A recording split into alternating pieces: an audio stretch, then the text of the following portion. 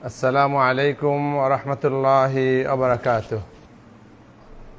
আলহামদুলিল্লাহি রাব্বিল আলামিন, ওয়াসসালাতু ওয়াসসালামু আলা আশরাফিল আমবিয়াই ওয়াল মুরসালিন ওয়া আলা আলিহি ওয়া আসহাবিহি আজমাইন, আম্মা বা'দ। মুহতারাম হাজিরিন, মহান আল্লাহ তাআলার দরবারে অশেষ শুকর, যিনি আজকে রাহাত্তারপুর এলাকায় শালবন আবাসিকের ইকরা জামে মসজিদে আমাদেরকে একত্রিত হওয়ার তৌফিক দিয়েছেন। সবাই বলি আলহামদুলিল্লাহ। আমরা আজকে পবিত্র মসজিদে হারামের একটি খুতবার আলোকে আলোচনা করব।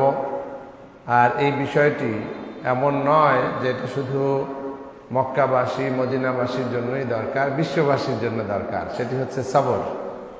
আমরা অনেক সময় অস্থির হয়ে যাই, অধৈর্য হয়ে যাই, আমরা মানসিকভাবে খুব বেশি অস্থিরতায় ভুগি এই সবরের অভাবে। পবিত্র কোরআনে আল্লাহ তাআলা সবরের ব্যাপারে বহুবার আমাদেরকে নির্দেশ দিয়েছেন। মহানবী সাল্লাল্লাহু আলাইহি ওয়াসাল্লাম আমাদের জন্য অনেক অনেক সুখবর রেখেছেন এই সবরের ব্যাপারে।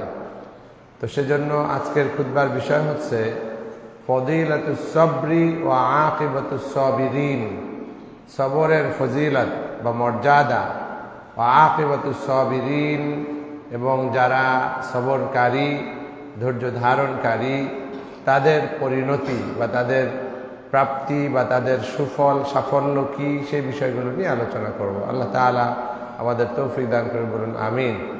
মসজিদে হারামের সম্মানিত খতিব শেখ খালেদ আল মুহান্না হাফেজাহুল্লাহ, তিনি অত্যন্ত চমৎকার ভাষায় প্রথমেই মহান আল্লাহ তাআলার প্রশংসা, তারপরে মহানবী সাল্লাল্লাহু আলাইহি ওয়াসাল্লামের শানে সালাত ও সালাম পরিবেশন করে তিনি সকল মুসলিমাতকে তাকওয়ার ব্যাপারে নসিহত করেছেন। এবং এরপরই তিনি তার মূল আলোচনায় তিনি গিয়েছেন। এবং তার আলোচনার শুরুতেই তিনি আমাদেরকে এভাবে বলেছেন যে, হে আল্লাহর বান্দারা, আল্লাহ তাআলা আমাদেরকে সৃষ্টি করেছেন, নানা ধরনের নেয়ামতে বেষ্টন করে রেখেছেন, অনেক ধরনের নেয়ামত দিয়ে আমাদের জীবনকে পরিপূর্ণ করে দিয়েছেন। এই যে নেয়ামত আমরা লাভ করেছি, এই নেয়ামতের যথাযথভাবে আমাদেরকে শুকর আদায় করতে হবে।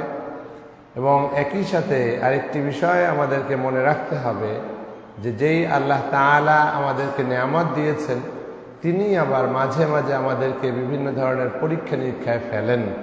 এবং এই পরীক্ষার উদ্দেশ্য এই নয় যে বান্দা বিচ্যুত হোক, বরং এই পরীক্ষার দ্বারা আল্লাহ তাআলা আমাদের মর্যাদা বৃদ্ধি করে দেন। কোনো কোনো হাদিসে ভাবে বলা হয়েছে, যখন আল্লাহ কোনো বান্দাকে ভালোবাসেন তাকে পরীক্ষা করেন। এবং কোরআনের আয়াতেও বিভিন্ন জায়গায় এভাবে বলা হয়েছে। তাহলে মূল বিষয়টি হচ্ছে যে আমরা বিপদে থাকি, ভালো থাকি, মন্দ থাকি, কোনো অবস্থায় অস্থির হব না। আলহামদুলিল্লাহ আলা কুল্লি হাল, সর্ব অবস্থায় আল্লাহ শুকর আদায় করতে হবে এবং সবর এখতিয়ার করতে হবে। যা কিছু দিয়েছেন সব কিছুর মধ্যেই আল্লাহ তাআলা কল্যাণ রেখেছেন। আমি ভালো আছি তাতেও কল্যাণ, আমি ঝামেলায় আছি তাতেও কল্যাণ। আল্লাহ তাআলা আমাদেরকে বোঝার তৌফিক দান করে, বলুন আমিন। এখন সংক্ষেপে, পরে ব্যাখ্যা আসবে। ঝামেলায় থাকলেও কি কল্যাণ সেটা আমি ব্যাখ্যা দিব ইনশাআল্লাহ।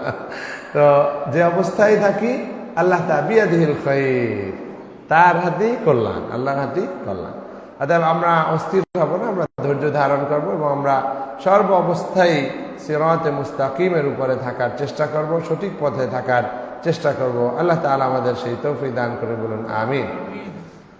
তিনি বলছেন যে আমরা যদি কোরআন এবং সুন্নাহর আলোকে এই বিশেষ গুণটার ব্যাপারে খুব যত্নবান হই, যেই গুণটা আসলে মহান ব্যক্তিদের একটি গুণ, সফল ব্যক্তিদের একটি গুণ, ইসলামের একটি অন্যতম চারিত্রিক বৈশিষ্ট্য, এবং যেটার ব্যাপারে আল্লাহ নিজে আমাদেরকে আহ্বান করেছেন, এবং যেটার ব্যাপারে নবী করিম সাল্লাল্লাহু আলাইহি ওয়াসাল্লাম সবচেয়ে কঠিন পরীক্ষায় উত্তীর্ণ হয়েও নিজেকে এই গুণে গুণান্বিত করেছেন। এবং একই সাথে নবী করিম সাল্লাল্লাহু আলাইহি ওয়াসাল্লামের যারা সাহাবায়ে কেরাম ছিলেন, তাবিঈন, তাবউত তাবিঈন ছিলেন, তারা প্রত্যেকেই এই গুণে গুণান্বিত ছিলেন। বলেন না সুবহানাল্লাহ। তিনি বলছেন এই গুণটা হচ্ছে আসলু কুল্লি তাআহ আমাদের যে বিভিন্ন ধরনের আনুগত্য রয়েছে, আল্লাহ তাআলার জন্য যে আনুগত্য আমরা স্বীকার করব, সেটার ফাউন্ডেশন হচ্ছে এই সবর। এবং তিনি বলছেন যে যে কোনো কল্যাণ আমরা যদি লাভ করতে চাই দুনিয়া এবং আখেরাতে, তার জন্য এটা একটা মৌলিক ভিত্তি হিসাবে কাজ করে। সবর নাই ইবাদতেও মজা নাই, সবর নাই গুনাহ থেকে ফিরতে পারবেন না, সবর নাই আপনি কাজের মধ্যে বরকত পাবেন না। তো এই জন্য বলছেন যে সবরটা হচ্ছে আসলু কুল্লি তাআহ, যে কোনো আনুগত্য আল্লাহ তাআলার জন্য যে আমরা আনুগত্য স্বীকার করছি, সেটার একটা ভিত্তি বা ফাউন্ডেশন হচ্ছে এই সবর। আল ফালাহু ফীহিমা মুআল্লাকুন আলাইহি, দুনিয়া এবং আখেরাতে যে সফলতা আমরা চাই, এই সফলতাটা হচ্ছে মুআল্লাক, আই মিন কানেক্টেড, এটা হচ্ছে ডিপেন্ডেন্ট, একটা আরেকটার উপরে নির্ভরশীল। কিসের উপরে নির্ভরশীল? সবরের উপরে নির্ভরশীল। দুনিয়ায় যদি সফল হতে চান, সফলতাটা নির্ভর করে সবরের উপরে, সেজন্য বলছে ডিপেন্ডেন্ট। ঠিক আছে, ফালাহ ইজ ডিপেন্ডেন্ট আপন সবর, সবরের উপরে কি সফলতাটা নির্ভর করে। যদি আপনি সবর এখতিয়ার করেন, আপনি সফল হবেন দুনিয়া এবং আখিরাতে। আল ফাউজু বিল জান্নাতি মাওকুফুন আলা তাহকিকিহি, জান্নাতে সবাই যেতে চায়, কিন্তু এটা মাওকুফ, থেমে থাকবে, স্থগিত থাকবে আনটিল ইউ মেনটেইন সবর। সবর মেনটেন না করতে পারলে এখানে ঢোকা যাবে না। এটাও যুক্তি আসবে, হাদিস সহই আসবে, অস্থির হবেন না, ভয় পাবেন না, বানোয়াট কিছু বলবো না। এটাও হাদিসে সুন্দর করে বলা আছে যে কিভাবে জান্নাতে যেতে কেন সবর লাগবে, সেটাও বলা হয়েছে। ওয়ান-নাজাতু মিনান নারি মাশরুতাতুন বিতাখাল্লুক বিহি, এবং জাহান্নাম থেকে বাঁচতে হইলেও সবর লাগবে, এটাও শর্ত দেওয়া হয়েছে। এবং সবরের আওয়াকিবুহু মাহমুদা ওয়া আহওয়ালু আহলিহি সাদীদাতুন মাসউদা, এই যারা সবর এখতিয়ার করে, এদের পরিণতি বা সবরের সামগ্রিকভাবে রেজাল্ট হচ্ছে খুবই প্রশংসনীয় রেজাল্ট।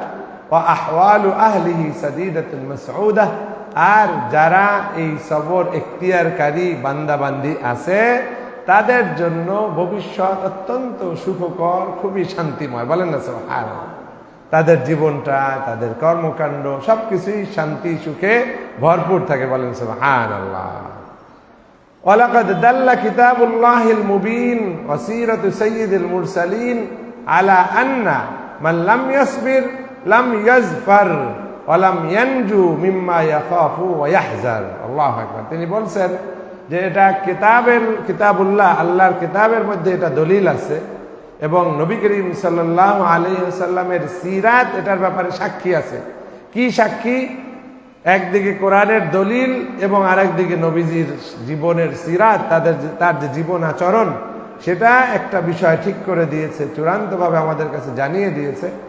আন্না মান লাম ইয়াসবির লাম ইয়াজফার, যে সবর করে না সে সফল হতে পারে না। ইন্নাল্লাহা মা'আস সাবিরিন কেন বলা হয়েছে, আমি ব্যাখ্যায় আসবো সেদিকে।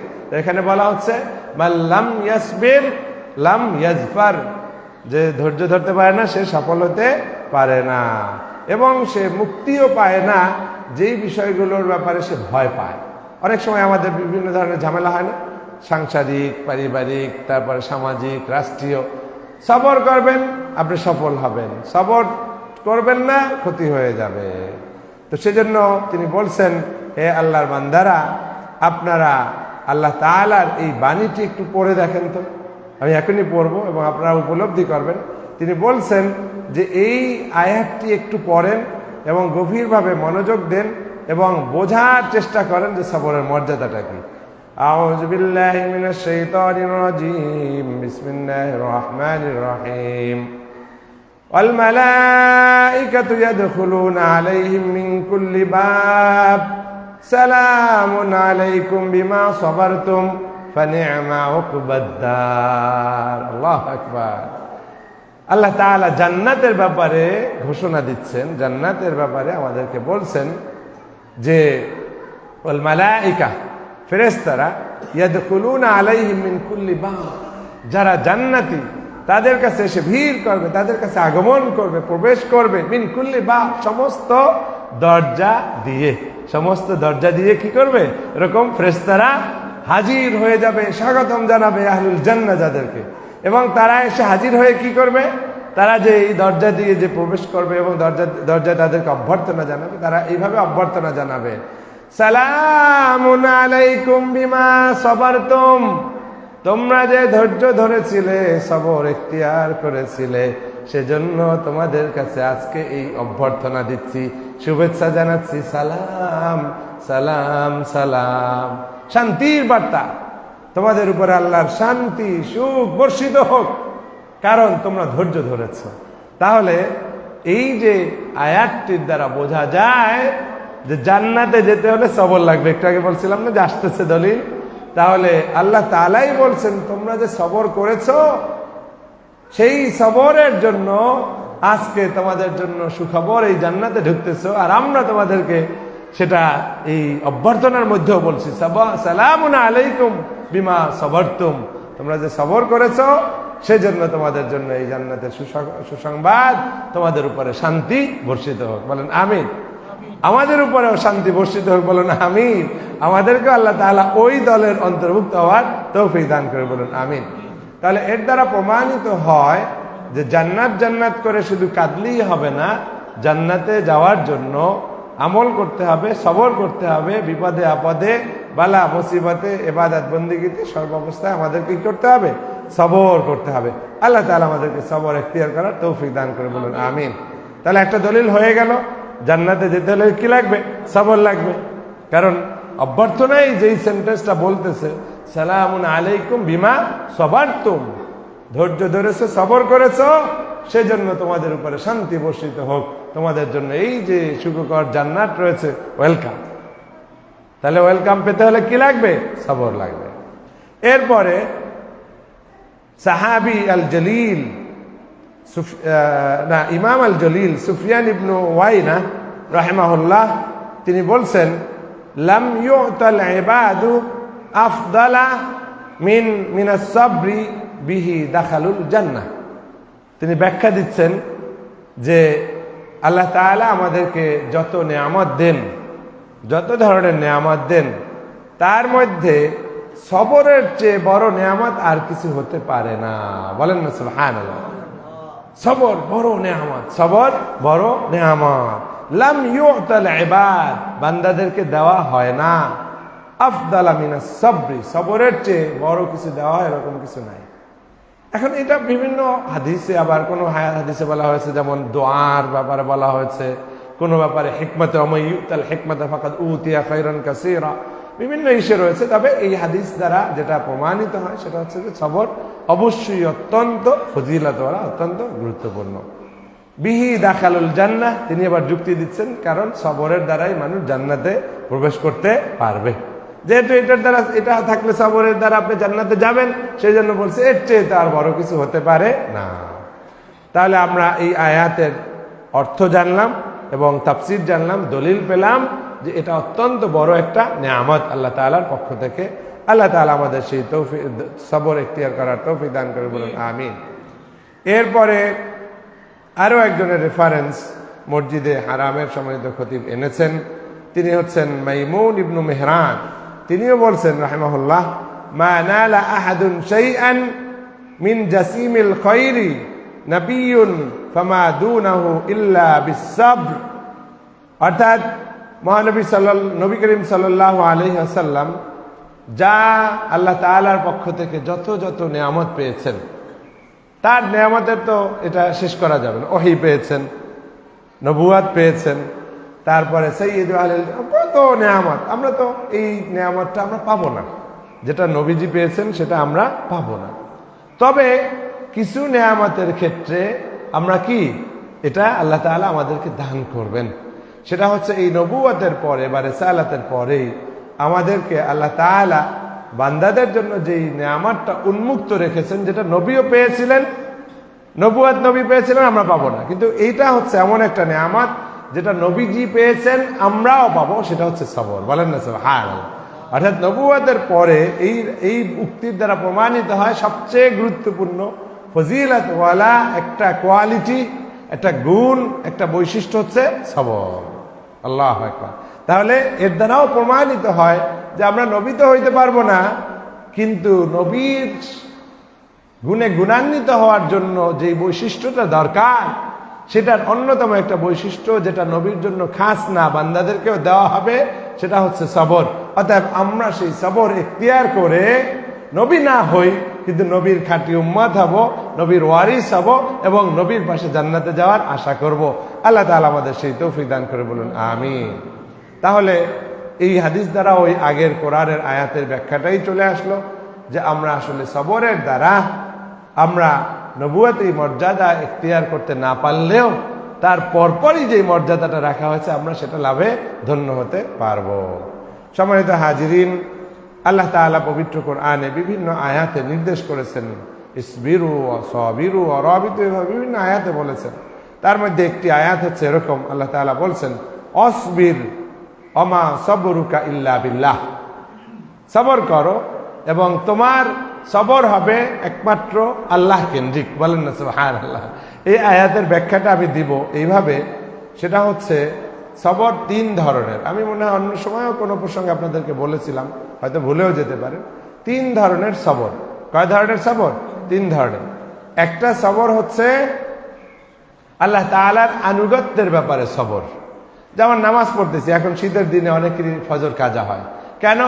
তার খুব উঠতে ইচ্ছা করে না, একটু আরাম পেয়ে গেছে, নামাজি মানুষ, কিন্তু শীতের দিনে নামাজ পড়তে পারে না। এরকম কিছু মানুষ পাওয়া যায়, আছে, অলস। তার মানে হচ্ছে আপনি আল্লাহ তাআলার আনুগত্য বা আল্লাহ তাআলার ইবাদতটাকে মেনটেইন করার জন্য সবর গুরুত্বপূর্ণ, সবর লাগবেই। তাহলে আল্লাহর ইবাদতের জন্য সবর ইখতিয়ার করা আমাদের জন্য অত্যন্ত জরুরি। সবর ছাড়া আনুগত্য হয় না, আনুগত্য পরিপূর্ণ হয় না। রেগুলার নামাজ পড়ে রাখা, ধরে রাখা, রেগুলার জামাতে আসা, ইস্তেকামাতের জন্য সবর অপরিহার্য। তাহলে এটাকে বলে আস-সাবরু ইনদা আলা তাআহ, আস-সাবরু আলা তাআহ, আল্লাহ তাআলার আনুগত্যের উপরে সবর ইখতিয়ার করা, আনুগত্যের উপরে সবর ইখতিয়ার করা। এরপরে আরেকটি সবর হচ্ছে আস-সাবরু আনিল মাসিয়াহ, আস-সাবরু আনিল মাসিয়াহ, গুনাহের কাছ থেকে ফিরে থাকার জন্য সবর লাগে। গুনাহের কাছ থেকে ফিরে থাকার জন্য সবর লাগে।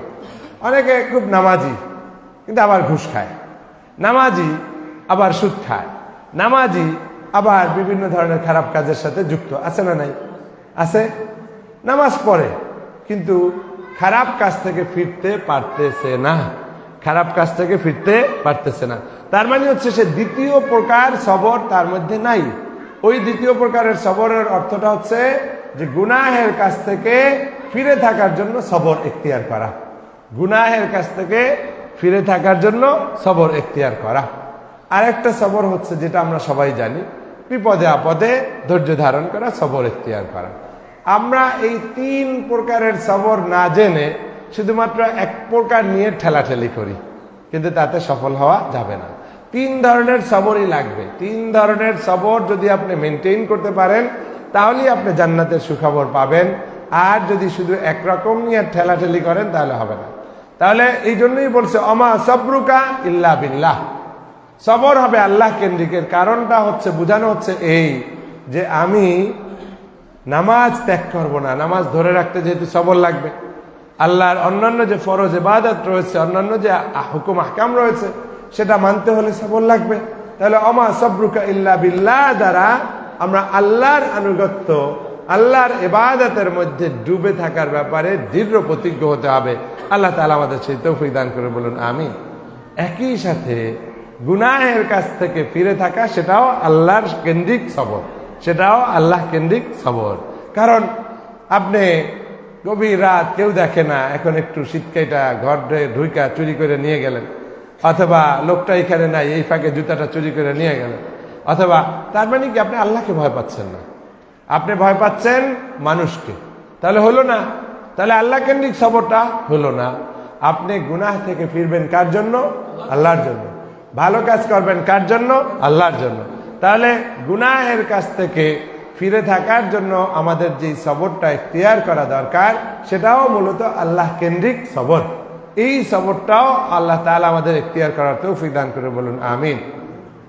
এরপরে আরেকটা সবর যেটা, সেটা হচ্ছে সবরু ইনদাল মুসিবাহ, সবরু ইনদাল মুসিবাহ, মুসিবতের সময় সবর ইখতিয়ার করা।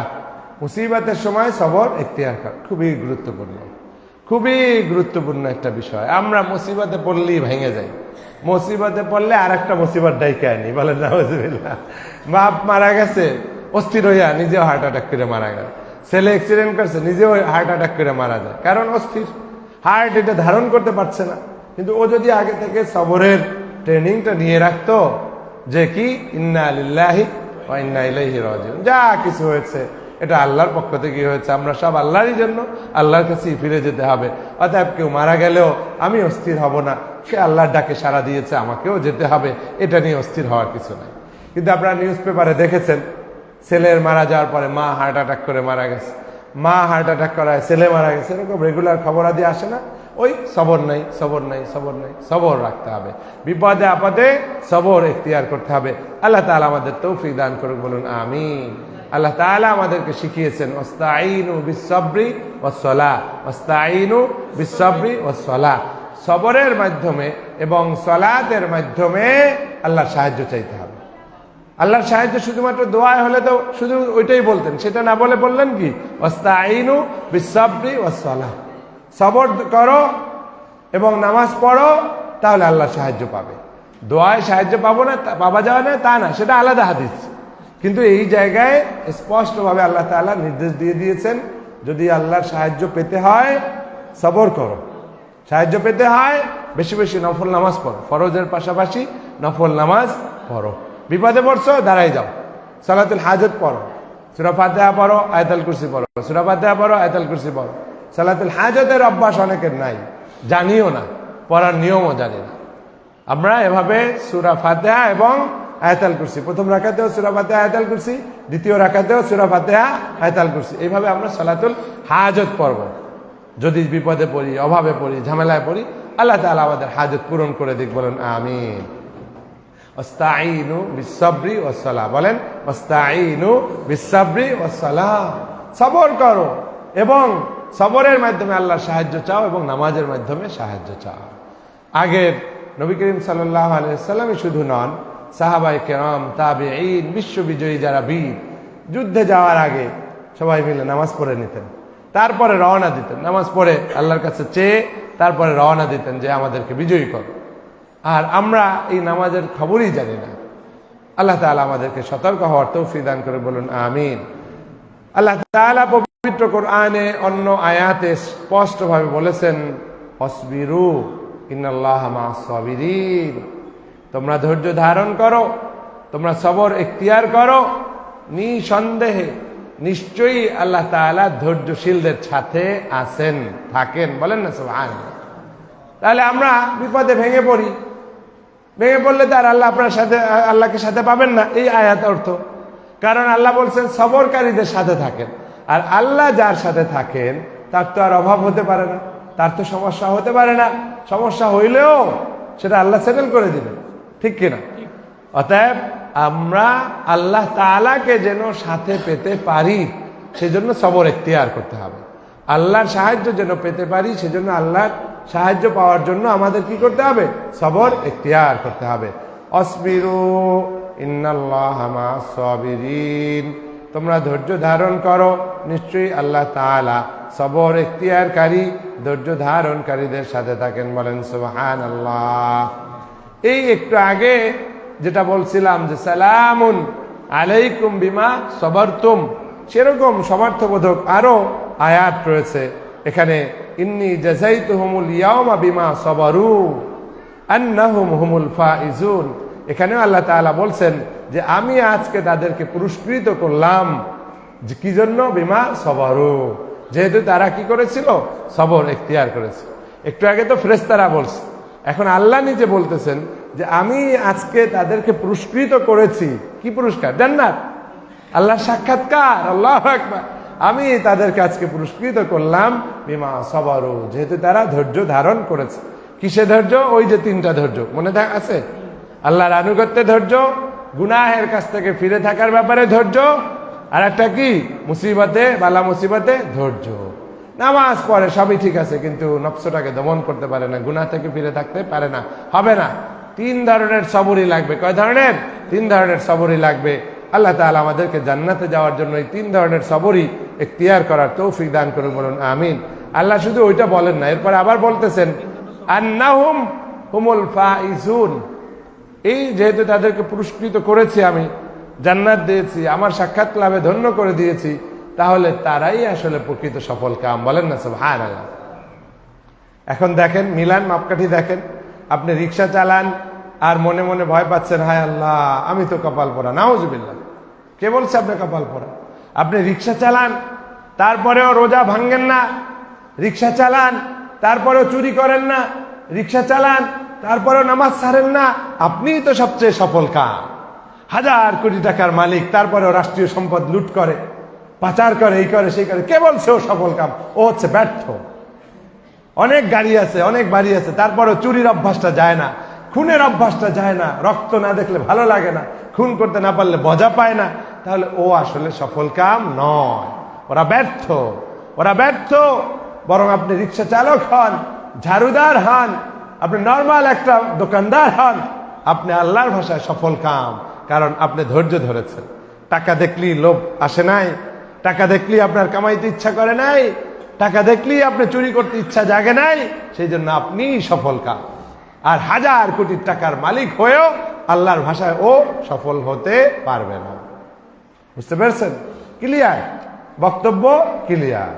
অতএব রিক্সা চালান, আফসোস করবেন না, দোকানদারি করেন, আফসোস করবেন না, শুকর শুকর শুকর শুকর আলহামদুলিল্লাহ।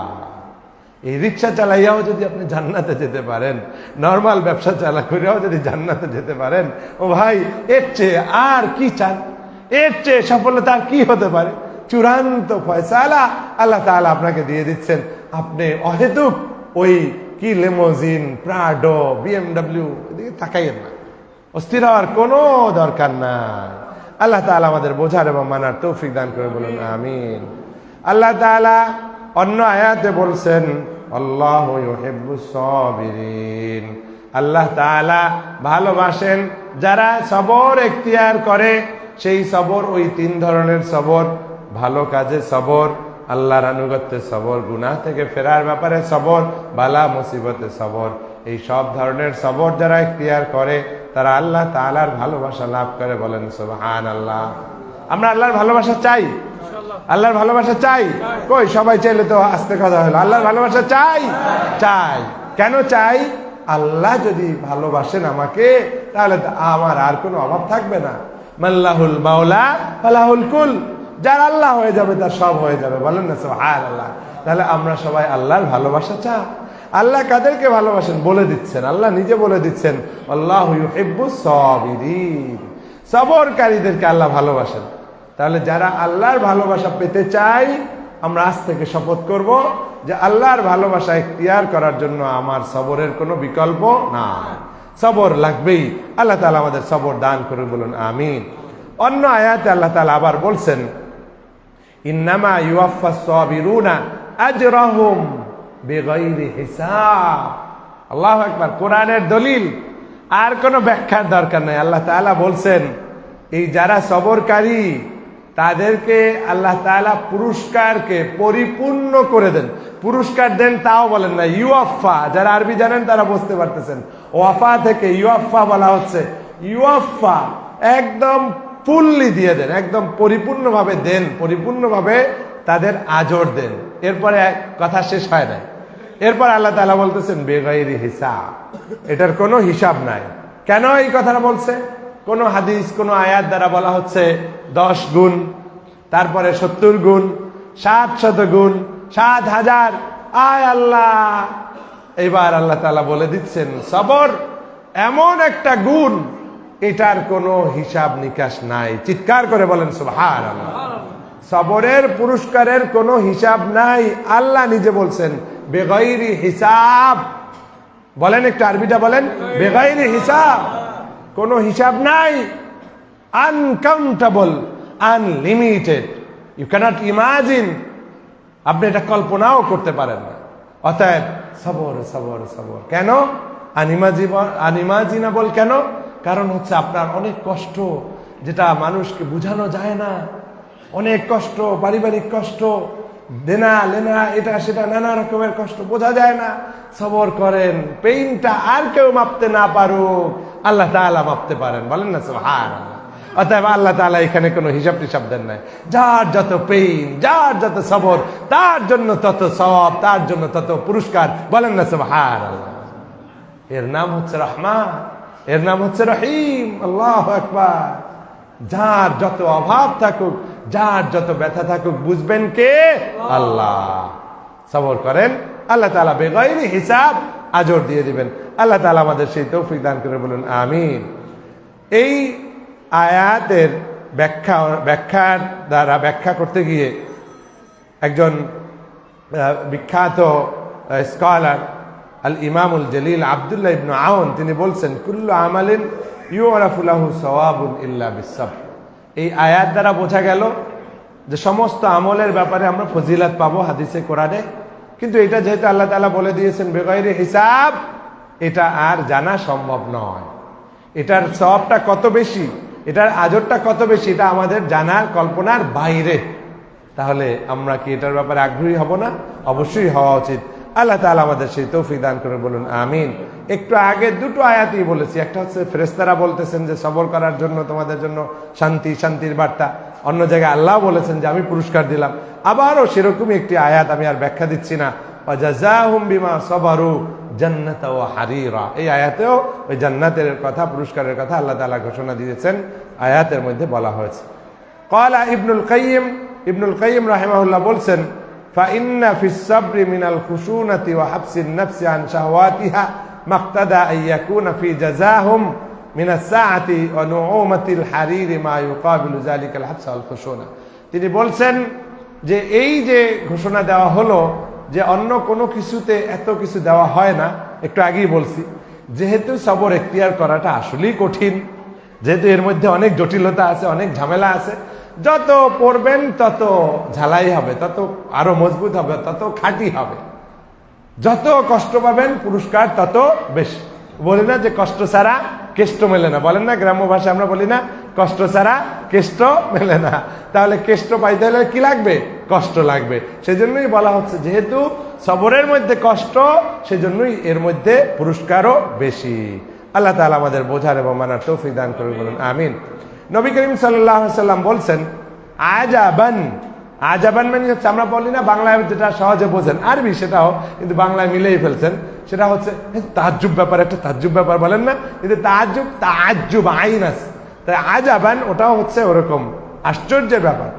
আজাবান লি আমরিল মুমিন, একজন ইমানদারের কাজের ব্যাপারে এটা তো একটা আশ্চর্যজনক ব্যাপার, আশ্চর্যজনক একটা ঘটনা। সাহাবীদেরকে আকৃষ্ট করার জন্য, উম্মতদেরকে শিক্ষা দেওয়ার জন্য নবীজি ভাবে বলছেন আজাবান, আশ্চর্যজনক বিষয়, লে আমরিল মুমিন, একজন ইমানদারের কাজের ক্ষেত্রে এটা একটা আশ্চর্যজনক বিষয়। কি?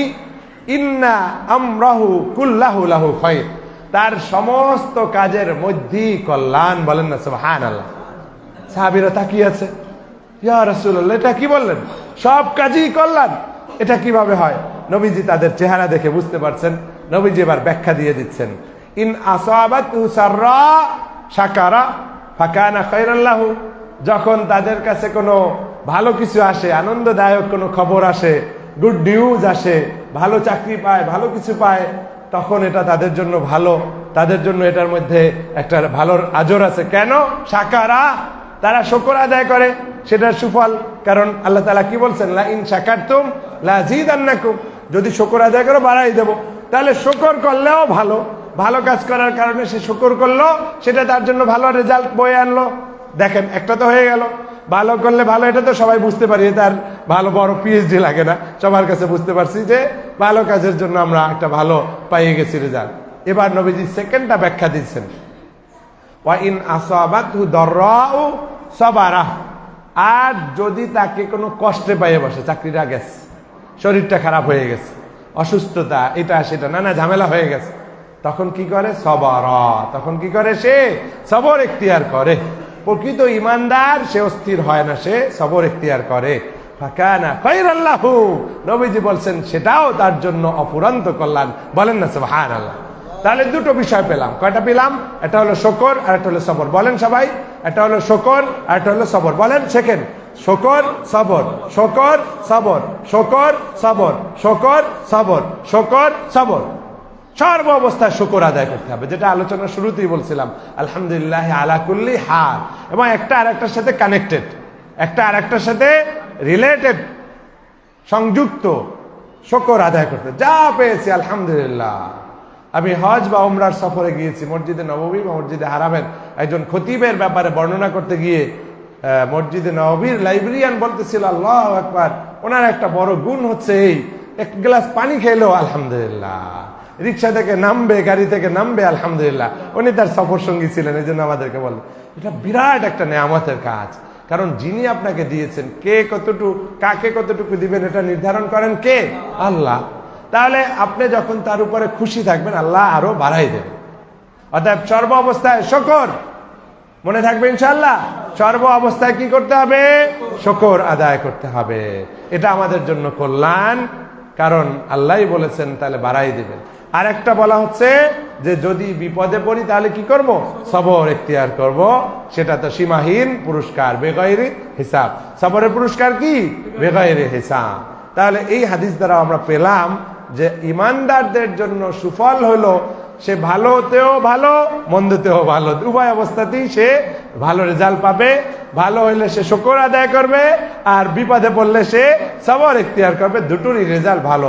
আল্লাহ তাআলা আমাদের এই দুটোই এখতিয়ার করার তৌফিক দান করে, বলুন আমিন।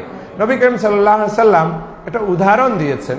তিনি বলছেন যে কোনো বান্দা যখন তার প্রিয় দুটো জিনিস হারানোর সময় সবর এখতিয়ার করে, তাহলে আল্লাহ তাআলা তার বিনিময়ে জান্নাত দিবেন। বলেন না সুবহানাল্লাহ। প্রিয় দুটো বলতে এখানে হাবিবাতাই আয় বসর, চোখ নষ্ট হয়ে গেছে, চোখ চলে গেছে, চোখের জ্যোতি শেষ, অন্ধ হয়ে গেছে। সে খুব আফসোস করে, হায় আল্লাহ আমি আর দেখতে পারি না দুনিয়া। ধৈর্য ধারণ করে নবীর ভাষায় আওয়াদাতহু মিনহুমা আল জান্নাহ, আল্লাহ তাআলা এই দুটো চোখের বদলে তাকে জান্নাত দিয়ে দিবেন। বলেন না সুবহানাল্লাহ। এর অর্থ এই না যে আমরা চোখ হারানোর জন্য দোয়া করব, সেটা করব না, বরং যদি কারো ক্ষেত্রে এটা ঘটে আমরা সবর এখতিয়ার করবো। রাজি আছি ইনশাআল্লাহ। এটা একটা উদাহরণ মাত্র। এটা সন্তানের ক্ষেত্রে হতে পারে, এটা আপনার আরো অন্য কোনো প্রিয় বস্তুর ক্ষেত্রে হতে পারে। আমরা এর দ্বারা শিক্ষা পেলাম যে আমরা কোনো অবস্থাতেই আমরা ধৈর্যচ্যুত হব না, আমরা সবর থেকে দূরে সরে যাব না। আমরা যদি সবর এখতিয়ার করি তাহলে আমাদের জীবনে এভাবে সর্বক্ষেত্রেই আমাদের শান্তি আসবে, সুখ আসবে। দুনিয়ায় আমরা সুখ পাবো, শান্তি পাবো, যেটা আল্লাহ তাআলা পবিত্র কোরআনে বিভিন্ন জায়গায় বলেছেন। নবী করিম সাল্লাল্লাহু আলাইহি সাল্লাম বলেছেন, নবী করিম সাল্লাল্লাহু আলাইহি সাল্লাম বলেছেন যে জান্নাতকে ঘেরাও করে রাখা হয়েছে আল মাকারিহ, অপছন্দনীয় কাজ। হুফাতিল জান্নাতু বিল মাকারিহ, অপছন্দনীয় বিষয়। সেটা হলো কি?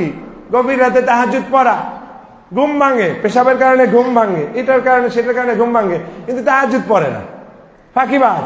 কারণ ওটা একটু হলেও কষ্ট লাগে, এটা শীতের গরম পানি। তাও তো সবার ঘরে ঘরে এখন গিজার আছে, গরম পানি করারই আছে। আপনার অ্যাটলিস্ট গিজার না থাকলেও আপনার কি আছে, ওই যে পানি গরম রাখে, আপনার ফ্লাক্স আছে, এই আছে, সেখানে আপনি এই করতে পারেন।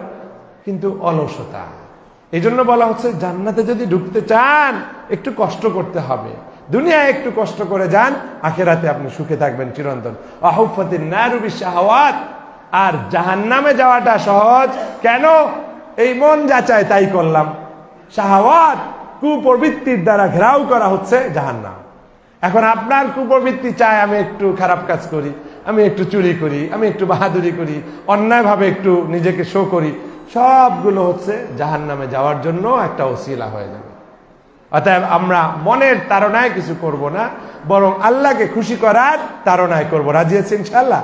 আল্লাহকে খুশি করার জন্য যদি একটু স্যাক্রিফাইস করা লাগে, সাহাবায়ে কেরাম কেন জিহাদে ঝাঁপিয়ে পড়তেন? তাদের কাছে এটা কোনো বিষয় ছিল না, তাদের কাছে এই জীবন গুরুত্বপূর্ণ ছিল না। আল্লাহ বলছেন ওয়াজাহিদু, জিহাদ করো, নেমে গেছে, শহীদ হয়ে গেছে। তাদের কাছে আখিরাত, তাদের কাছে জান্নাতটাই আসল ছিল বিধায় এভাবে পেরেছেন। তা আসুন আমরা এভাবে শপথ করি, যাতে করে আমরা সবর ইখতিয়ারের মাধ্যমে আমরা এভাবে জান্নাতবাসী হতে পারি এবং আমাদের চূড়ান্ত ঠিকানাকে আমরা জান্নাত বানাতে পারি। আল্লাহ তাআলা আমাদের তৌফিক দান করে, বলুন আমিন।